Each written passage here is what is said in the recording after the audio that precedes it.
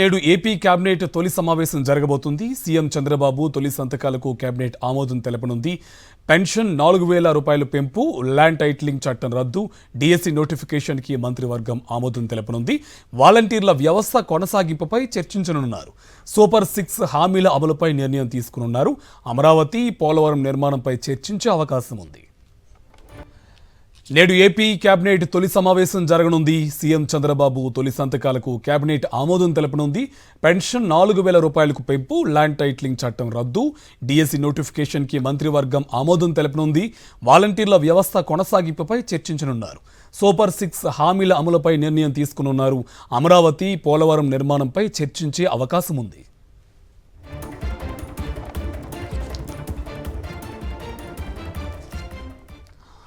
Right, ఇదే అంశకు సంబంధించి మరింత సమాచారం మా కరెస్పాండెంట్ సతీష్ మనకి అప్డేట్స్ అందిస్తారు. సతీష్, అప్డేట్స్ ఏంటి? ఈ తొలి క్యాబినెట్లో ఏ అంశాలు ప్రస్తావనకు వచ్చే అవకాశం ఉంది? చర్చించినవి ఎంతవరకు చేసే అవకాశం ఉంది? కొత్త ప్రభుత్వంలో ముఖ్యమంత్రి చంద్రబాబు నేతృత్వంలో మంత్రివర్గ సమావేశం తొలిసారి ఈ రోజు భేటీ కానుంది. మరి కాసేపట్లో కేబినెట్ భేటీ ప్రారంభం అవుతుంది. ఇప్పటికే ముఖ్యమంత్రి చంద్రబాబు, ఇతర మంత్రులందరూ డిప్యూటీ సీఎం పవన్ కళ్యాణ్ మంత్రులు కూడా కేబినెట్ సమావేశం హాల్ కి చేరుకున్నారు. ప్రధానంగా ఇటీవల చంద్రబాబు చేసినటువంటి ముఖ్యమంత్రిగా బాధ్యతలు స్వీకరణ తర్వాత సచివాలయంలో బాధ్యతలు చేపట్టిలో చేసినటువంటి 5 సంతకాలకు సంబంధించి ఈ రోజు కేబినెట్ ఆమోదం తెలుపుతుంది. డిఎస్సి నోటిఫికేషన్ కు సంబంధించి విద్యుత్కి ఇప్పటికీ జీవో కూడా జారీ అయింది. దాన్ని రాటిఫై చేయనున్నారు. అదేవిధంగా పెన్షన్ 4,000 పెంచుతూ నిర్ణయం తీసుకున్నారు.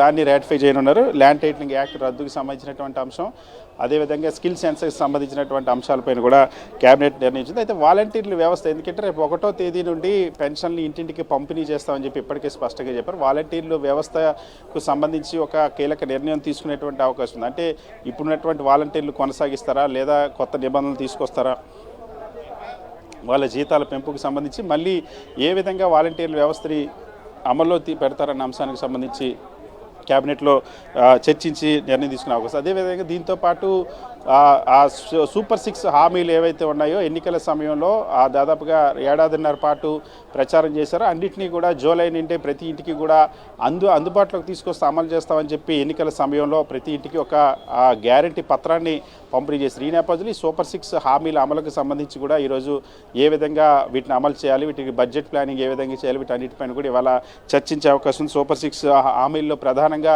స్కూల్ విద్యార్థులకి అందరికీ కూడా గతంలో ఉన్నటువంటి అమ్మఒడిని ఇప్పుడు తల్లికి వందనం పేరుతో ప్రతి విద్యార్థికి 15,000 రూపాయలను ఏడాదికి ఇస్తామని చెప్పారు. అదేవిధంగా రైతులకి 80,000 రూపాయలు ఏడాదికి ఆర్థిక సహాయం అందిస్తామని హామీ ఇచ్చారు. దాంతోపాటు మహిళలకి 1,500 రూపాయలు ప్రతి నెల ఆర్థిక సహాయం, ఉచిత బస్సు ప్రయాణం, 3 ఉచిత గ్యాస్ సిలిండర్ల పంపిణీకి సంబంధించినటువంటి హామీలు, నిరుద్యోగులకు 3,000 నిరుద్యోగ వృత్తి ఉన్నాయి. ఈ కీలకమైనటువంటి హామీలతో సూపర్ 6 అని ఎన్నికల్లో ప్రచారం చేస్తారు. ఈ సూపర్ 6 అమలుకు సంబంధించి కూడా ఈరోజు చర్చించేటువంటి అవకాశం ఉంది.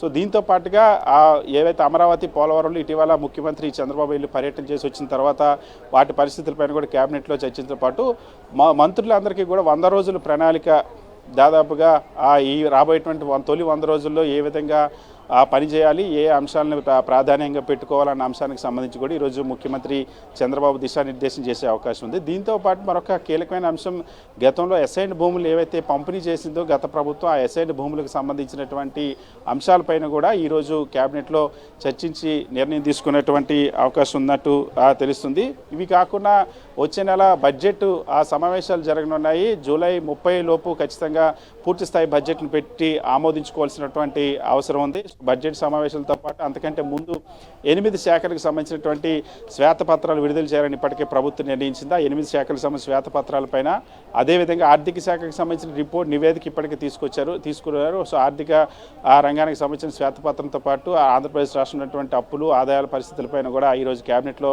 చర్చించేటువంటి అవకాశం ఉంది. సో తొలి కేబినెట్ కావడం, కొత్తగా 5 సంతకాలకు సంబంధించిన నిర్ణయాలనే ఈ సూపర్ 6లో ఎన్ని అమలుకు సంబంధించిన నిర్ణయాలు తీసుకుంటారు.